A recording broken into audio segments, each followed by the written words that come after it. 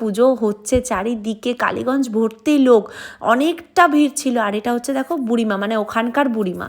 আমার সাথে একটা ভাই ছিল, মানে এটা বৌদিরই ভাই। তো সে বলছিল নাকি কালীগঞ্জের প্রত্যেকটা কালী ঠাকুরের পিছনে হিস্ট্রি আছে, যে কোনো ঠাকুর একদম স্বাভাবিকভাবে মূর্তি গঠন হয়নি, কোনো ঠাকুরের পিছনে এক একটা করে ঘটনা আছে, যে ঘটনাগুলোর আদলেই কিন্তু ঠাকুরগুলো তৈরি হয়েছে, আর এক একবার এক এক রকমভাবে সেই রূপটা ফুটিয়ে তোলে।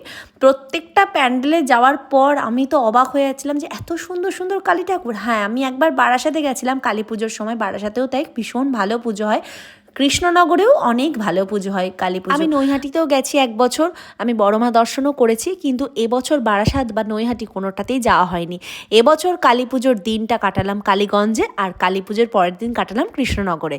আর দেখো এই প্যান্ডেলটা দেখো, এটা পুরো পুরনো একটা বাড়ির মতন করে রেডি করা হয়েছে, টিনের ঘর দিয়ে। ভেতরে ঠাকুরটা তো দেখে